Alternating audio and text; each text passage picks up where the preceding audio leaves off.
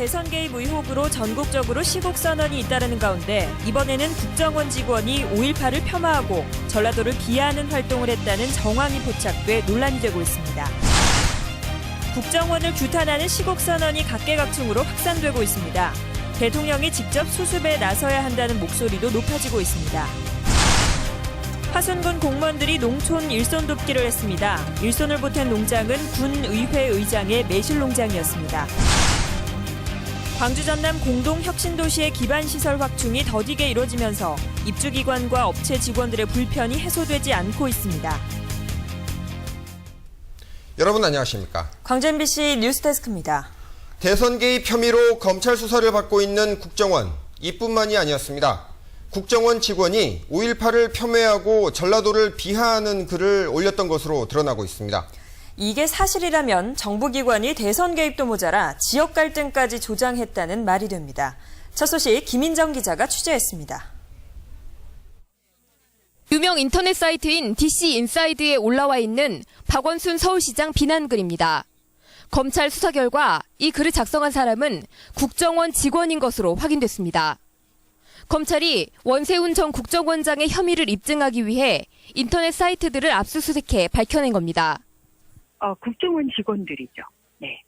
왜냐하면 원세훈 원장에 대한 공소 사실을 입증하기 위해서 범죄 일람표를 붙여놓은 거기 때문에 그 안에 담겨 있는 내용들은 국정원 직원이 작성한 겁니다. 이 국정원 직원의 아이디로 작성된 다른 글들을 직접 검색해봤습니다. 5.18 민주화 운동이 북한군 소행이라는 글과 5.18을 광주 사태, 광주 시민들을 무장 폭도라고 지칭하는 글부터 전라도 사람을 전라디언이나 홍어라고 비하하고 차마 입에 담기 힘든 극단적인 표현까지 사용합니다. 이 직원은 지난 2011년 1월부터 1년 동안 이 사이트에서 무려 3,400여 개의 댓글을 달며 활동해왔습니다. 이렇게 5.18을 폄훼하고 지역 감정을 조장하는데 다른 국정원 직원들도 개입했다는 의혹이 제기되고 있습니다. 5.18과 관련된 역사 훼손으로 인해서 특정 정치 세력의 유리한 의도를 가지고 이런 댓글을 썼다면 국정원법 위반도 되겠죠. 처벌할 수도 있고요. 이런 활동이 원세훈 전 국정원장의 지시로 이루어졌다는 사실이 확인된다면 국정원이 대선 개입도 모자라 지역 감정 조장과 역사 왜곡에까지 앞장서 왔다는 비난을 피할 수 없게 됐습니다. MBC 뉴스 김인정입니다. 대선 개입 혐의로 검찰 수사를 받고 있는 국정원 직원의 5.18 폄훼와 전라도 비하 댓글 활동에 대해 5월 단체 등이 엄정한 처벌을 촉구했습니다. 5.18 기념재단과 5월 3단체는 국정원이 대선 개입도 모자라 5.18 역사 왜곡과 지역감정 조장에 앞장서 왔다는 사실에 전 국민이 경악하고 있다며 국정원은 국민 앞에 사과하라고 촉구했습니다. 통합진보당 광주시당도 성명을 내고 국가의 최고 정보기관의 범죄적 행위에 경악한다며 검찰의 철저한 수사를 촉구했습니다. 이런 가운데 이번 사태의 핵심인 국정원 대선 개입 의혹이 심상치 않게 발전하는 양상입니다. 각계각층의 시국선언이 잇따르는 가운데 비판의 화살이 대통령으로도 향하고 있습니다. 윤근수 기자입니다. 전남대 교수들이 시국선언문을 발표했습니다. 선언문엔 교수 141명이 서명했습니다. 지금까지 전국에서 나온 대학 교수들의 시국선언 가운데 참여 인원이 가장 많습니다. 국민들도 분노하고 있었고 그래서 교수들도 웬만하면 참여를 안 합니다만 이번 사안은 너무 중대하기 때문에 교수님들이 참여하기로 했습니다. 교수들은 선언문에서 국정원의 선거 개입과 정상회담 대화록 공개를 통한 물타기 시도는 민주주의에 대한 정면 도전이라고 규정했습니다. 국정원의 공공연한 정치 개입과 탈법 행위는 1987년 이후 안정화되고 있는 민주주의를 크게 위협하는 행위라고 판단한다. 조선대 교수들도 시국선언문에서 국정원이 불법으로 개입한 선거는 원천 무효라고 주장했고 광주시의회 의원들은 국정원이 정권의 이익을 위해서 공작 정치를 자행했다고 규탄했습니다. 지난달 말 시작된 시국선언은 야당과 시민사회, 대학과 종교계 등으로도 확산되고 있습니다. 선언문의 내용도 국정원 규탄에서 대통령의 사과 요구로 수위가 높아지고 있습니다. 국민에게 사과하고 국민이 납득할 만한 책임 있는 조치와 재발 방지 방안을 제시할 것을 촉구한다.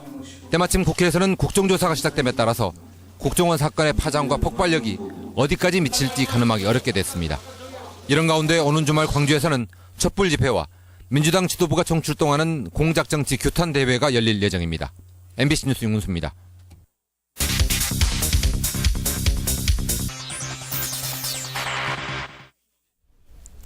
화순군 공무원들이 화순군 의회 의장의 매실농장에서 농촌 일손 돕기를 한 것으로 드러나 말썽입니다.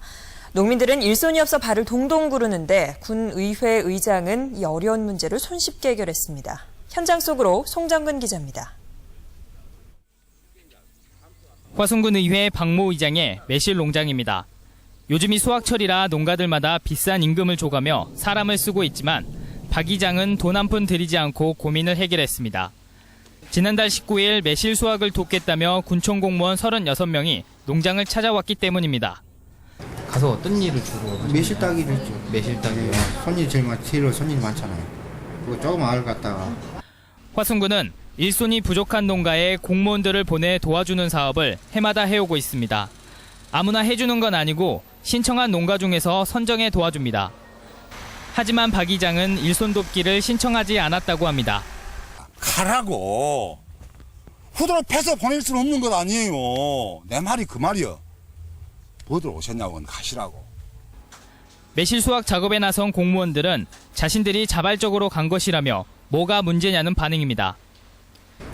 의장을 떠나서 농청이거든 거기서. 농지원도 있고. 그러니까 어차피 농청 일손 돕기니까 나는 그 일환으로 저는 추진했습니다. 비슷한 시기 복숭아 수확을 위해 공무원 일손 돕기를 신청했지만 도움을 받지 못한 농민은 그들만의 상부상조가 허탈하기만 합니다. 신청한 사람이 너무 많아가지고 그러면 회장이 좀 안 되고 그랬어요. 나도 이제 광주나 이런 데서 인력을 필요할 때 갖다 쓰는 형편입니다 지금. 일손 돕기에 나선 공무원 36명 가운데 12명은 박 의장과 매일 얼굴을 마주하는 의회 사무처 직원들이었습니다. 의장도 농민인데 뭐가 문제냐는 화순군. 정작 공무원들이 일한 소식을 홍보자료로 내면서도 그곳이 군의회 의장의 농장이라는 사실은 쏙 뺀 채 배포했습니다. MBC 뉴스 송정근입니다. 네, 다음 소식입니다. 오늘 밤부터 광주 전남 지역은 장마권의 영향을 받겠습니다. 장마 전선의 영향으로 영광과 한평 등 4개 시군에는 호우 예비특보가 내려진 가운데 70에서 120mm의 비가 내리겠고 남해안과 지리산 부근에는 150mm 이상의 많은 비가 예상됩니다.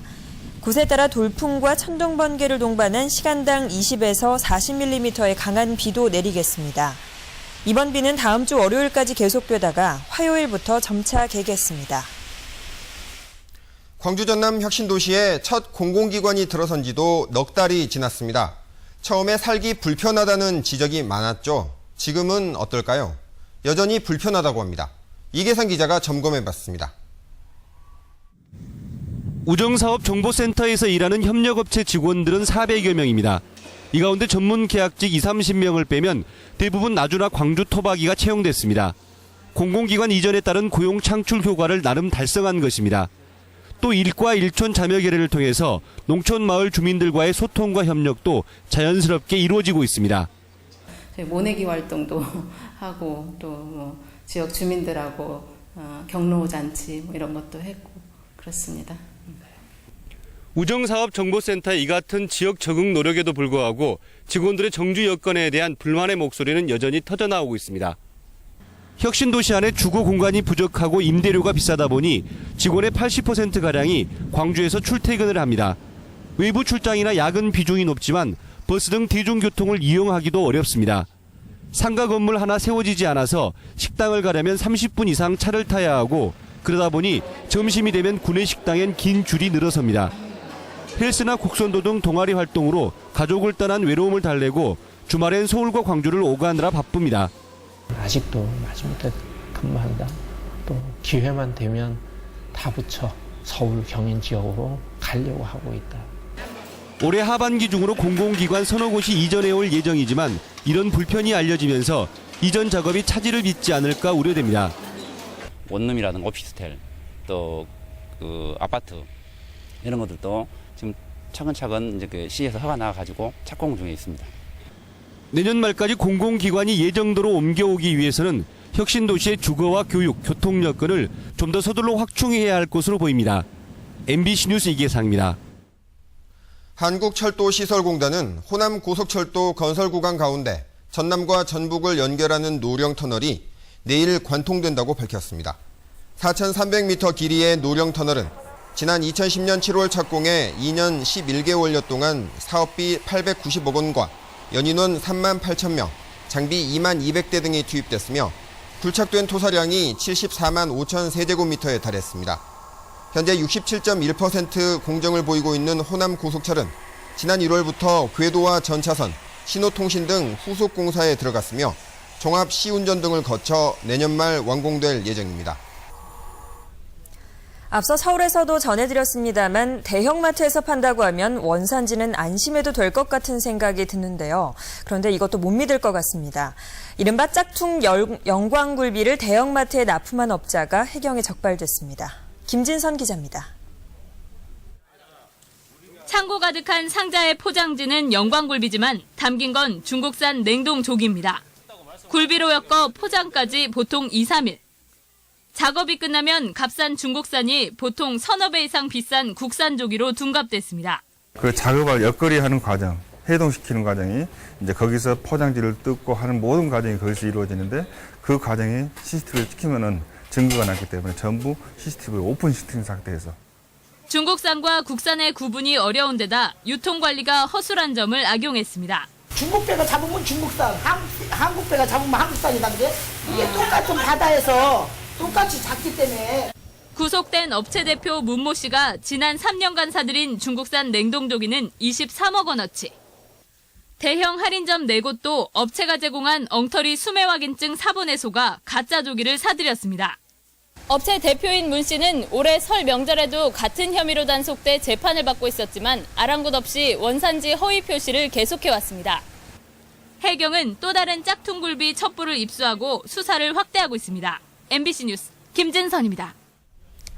광주 지역 문화단체가 국립아시아문화전당의 전시예술감독 위촉 철회를 거듭 촉구하고 나섰습니다. 광주 민예총과 지역문화교육 호남재단은 전시감독 위촉 철회와 문화전당 법인화 철회를 촉구하는 공개 질의서를 문화부에 보냈지만 답변이 미흡하다며 이같이 촉구했습니다.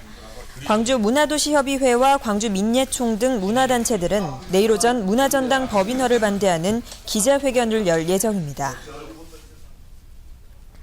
동아시아 문화도시 추진위원회가 오늘 창립총회를 열고 본격적인 활동을 시작했습니다.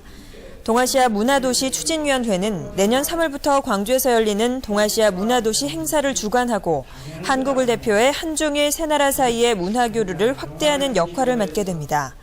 한편 오늘 창립총회에서는 정동채 전 문화부 장관이 추진위원장으로 선출됐습니다.